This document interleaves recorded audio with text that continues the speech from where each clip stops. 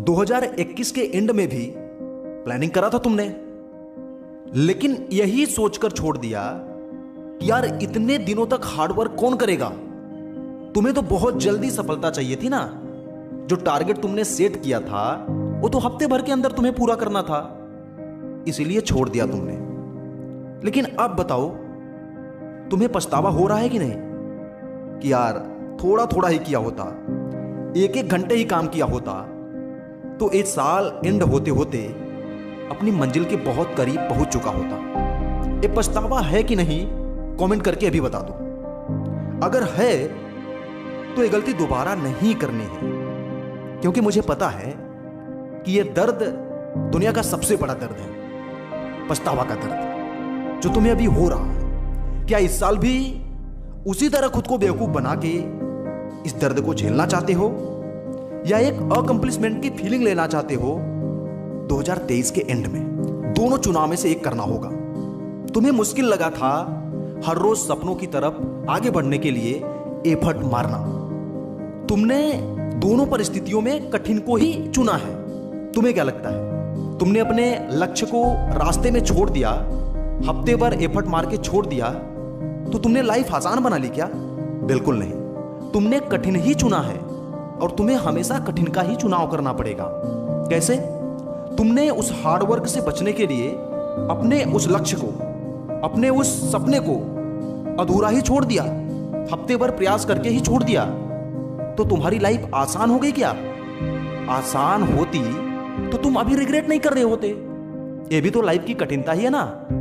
तुम्हें अपने किए गए कामों का पछतावा है कि तुम्हें ये नहीं वो करना चाहिए। ये जो परिस्थिति अभी वर्तमान में तुम्हारे सामने मौजूद है वो सरल कहोगे, कठिन कहोगे ना?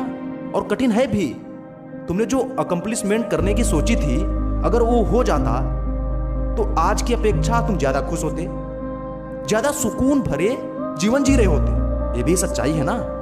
तो तुमने चुना कठिनता ही। तुम्हें लगा था मैं बच रहा हूं कठिनाइयों से। तो मेरा ये बताने का मतलब यही है मेरे दोस्त कि एक कठिनाई तो चुनना ही पड़ेगा। तुमने इस बार एक कठिनाई चुनी है, बात की कठिनाई।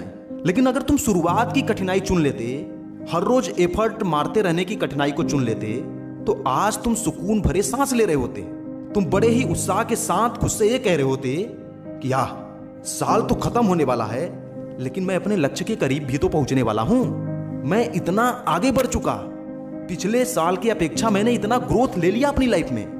ये बातें खुद से कह रहे होते, खुद का आकलन करते, तो आज तो तुम खुद को वहीं खड़ा पा रहे हो जहां तुम 4 साल पहले थे।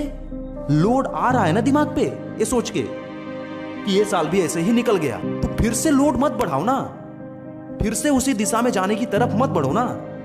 इस बार कुछ अलग करो। अपने दिमाग में बात बिठा लो कि तुम हर वक्त में कठिनाई ही चुन रहे हो और तुम्हें वही चुनना ही पड़ेगा। तुम हार्डवर्क से बच के आसान लाइफ नहीं चुन रहे हो। तुम्हारे सामने परिणाम है, तुम्हारे सामने प्रत्यक्ष प्रमाण है। तुम सरलता को ही चुने थे ना। लेकिन क्या सरलता को चुन के तुम्हारी लाइफ सरल हुई? हफ्ते भर में तुमने प्रयास करना छोड़ दिया, दिसंबर 2022 आ गई, तुम्हारी लाइफ आसान हुई? नहीं। तुम सोच रहे होगे कि जो हफ्ते भर में छोड़ दिया, एक एक घंटे ही एफर्ट मारता रहता तो आज बहुत आगे होता। तो यार पहले की कठिनाई चुन लेते, अभी सुकून भरी सांसें लेते।